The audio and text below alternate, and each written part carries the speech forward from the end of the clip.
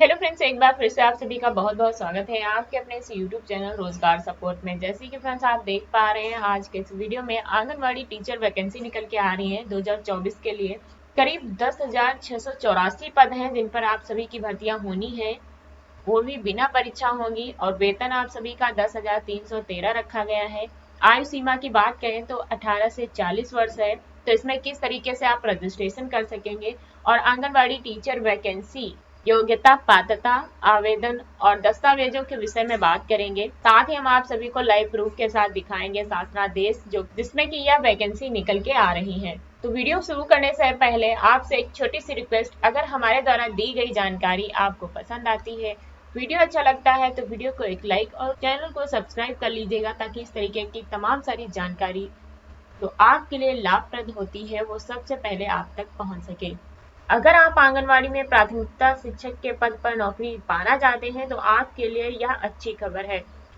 तो सबसे पहले तो हम आप सभी को वह शासनादेश दिखा देते हैं जो कि ईसीसी एजुकेटर भर्ती के लिए जारी हुआ है, जिसमें आप ऊपर ही देख सकते हैं महानिदेशक स्कूल शिक्षा को प्रेषित करते हुए लखनऊ कार्यालय की तरफ से यह जो शासनादेश है वो निकाला गया है, जिसमें आप सभी देख सकते हैं जिला बेसिक शिक्षा अधिकारियों को यह अवगत कराया गया है कि जो भी ईसीसी एजुकेटर भर्ती है वह जल्द से जल्द कराई है।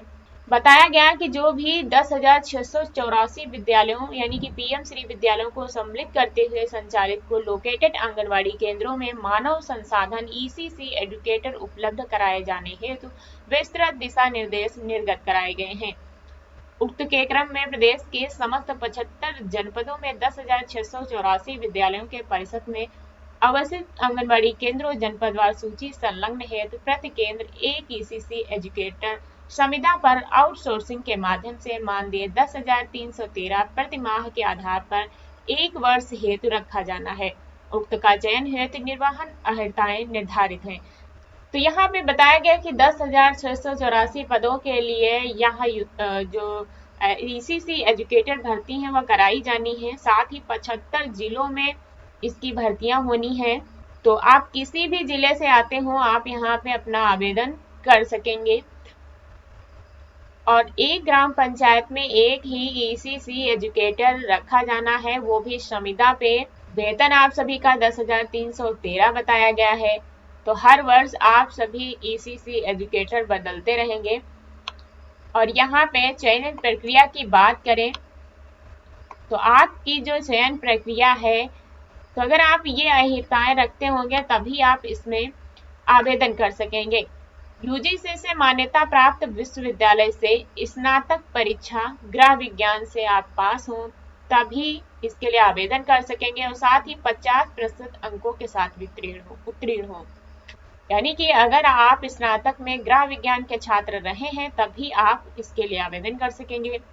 साथ ही जो भी आरक्षित आयु वर्ग के लोग हैं उनको 5% तक की छूट मिलने वाली है।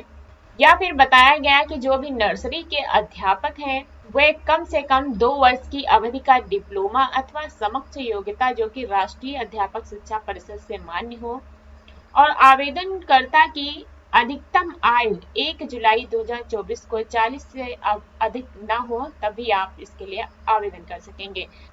साथ ही ईसीसी एजुकेटर का कार्य के दायित्वों की बात करें तो यहाँ पे 3 से 6 और 5 से 6 वर्ष के बच्चों को जो भी आंगनवाड़ी केंद्रों पर शैक्षिक औपचारिक शिक्षा, नैतिक, मानसिक, सामाजिक, संवेगात्मक शिक्षाएं भी उनको देना होगा। इससे बच्चों में विकास, साथ ही उच्च गुणवत्ता वातावरण गतिविधियों को सिखाना होगा और उनको आधार बनाकर कार्य करना होगा। तो कुछ ये कार्य आप सभी के हो गए। और साथ ही आप सभी को बता दें इसके लिए, यानी कि अगर आप इच्छुक हैं इन ईसीसी एजुकेटर भर्ती के लिए, तो आपके पास कौन कौन से दस्तावेज होने चाहिए तभी आप आवेदन कर सकेंगे। सबसे पहले आप सभी के पास आधार कार्ड होना चाहिए, जाति प्रमाण पत्र होना चाहिए, शैक्षिक योग्यता प्रमाण पत्र, होम साइंस से स्नातक डिग्री या फिर डिप्लोमा होना चाहिए, अनुभव प्रमाण पत्र, पासपोर्ट साइज की फोटो, नोटिफिकेशन में आए दस्तावेजों को भी आपके पास सम्मिलित करना है।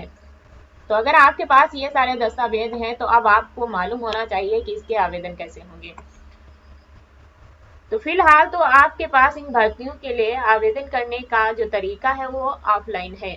अभी फिलहाल ऑफलाइन मांगे गए हैं, अगर भविष्य में ऑनलाइन होते हैं तो हम आप सबको वीडियो के माध्यम से जरूर बताएंगे। फिलहाल आप सभी को ऑफलाइन करना है। अपने जनपद कार्यालय में जाने के बाद आपको कर्मचारियों से इस भर्ती के बारे में जानकारी लेनी है और आपको इस भर्ती के लिए आवेदन करने की प्रक्रिया बताएंगे, उस तरह से आपको आवेदन करना है। आवेदन करने के बाद इसकी जो मेरिट सूची बनेगी, किस प्रकार से आपका चयन होगा, ये आप सभी को यहाँ पे बताया गया है। जो भी सेवा प्रदत्त द्वारा उपलब्ध कराई गई अभ्यर्थियों की सूची होगी, मेरिट के आधार पर उक्त समिति द्वारा तैयार की जाएगी। मेरिट सूची हाई स्कूल, इंटर, स्नातक, डीपीएस, एनटी से संबंधित डिप्लोमा, शैक्षिक योग्यता हेतु निर्धारित अहिर्ता के आधार पर प्राप्त अंकों को प्रतिशत योग के औसत के आधार पर प्रत्येक जनपद में मेरिट सूची अवरोही क्रम में तैयार की जाएगी। सूची तैयार की जाएगी, उसमें प्रथम जिसका अंक होगा उससे कम जो अंक पाएंगे उसके कम अंक पाएंगे, इस तरीके की एक सूची तैयार की जाएगी। उसके बाद प्राप्तांकों के योग का औसत समान होने की स्थिति में अधिक आयु वाले अभ्यर्थी को वरीयता दी जाएगी। अगर आपके औसत यानी कि अंक समान पाए जाते हैं, जो अवरोही क्रम की सूची तैयार की जाएगी, तो सबसे जो उसमें आयु वाला वर्ग होगा उसी को इसमें वरीयता दी जाएगी। यदि आयु में समानता होती है तो ऐसी दिशा में अंग्रेजी वर्णमाला के क्रम में वरीयता प्रदान की जाएगी। प्रत्येक परीक्षा के प्रतिशत को दशमलव के 2 अंकों में पूर्णांकित किया जाएगा। साथ ही जो भी सेवा प्रदत्त द्वारा उपलब्ध कराई गई अभ्यर्थी की सूची होगी, अभ्यर्थियों की शैक्षिक योग्यता संबंधी प्रमाण पत्र भूलेख अभिलेखों से मिलान करते हुए सत्यापन किया जाएगा। सत्यापन के पश्चात विसंगत की स्थिति में बिंदु संख्या 3 में दी गई मेरिट सूची में आवश्यकता संशोधन भी किया जा सकता है। विद्यालय चयन हेतु काउंसलिंग इस प्रकार तैयार मेरिट लिस्ट में कम से कम एक पर अंकित अभ्यर्थी के सम्मुख जनपद के उन सभी चयनित विद्यालयों की सूची जिनमें तैनाती की जानी है, चयन है तो प्रस्तुत किए जाएंगे और संबंधित अभ्यर्थी द्वारा विद्यालय चयन करने के पश्चात इस विद्यालय में सूची लाभ करते हुए अगले अभ्यर्थी के सम्मुख अवशेष विद्यालयों की सूची प्रस्तुत की जाएगी। विद्यालय का चयन कराया जाएगा और उक्त काउंसलिंग कार्य भी उक्तानुसार बिंदु संख्या में 1 में गठित समिति द्वारा किया जाएगा। साथ ही उक्तानुसार चयनित अभ्यर्थी को ऑफ लेटर मूल समिति के अध्यक्ष, जिलाधिकारियों, संबंधित जनपद अनुमोदित प्राप्त करते हुए सदस्य सचिव, जिला बेसिक शिक्षा अधिकारी की उपस्थिति में उसी दिन सेवा प्रदत्त एजेंसी द्वारा प्रदान किया जाएगा। यानी कि अगर आप चयनित ईसीसी एजुकेटर होते हैं तो आप सभी को लेटर के माध्यम से बताया जाएगा कि आप चयनित हैं और आप जो भी चयनित कॉलेज बताएं वहां पे आप उन स्कूल्स में अपना जो भी पढ़ाई का कार्य है वो शुरू कर सकते हैं।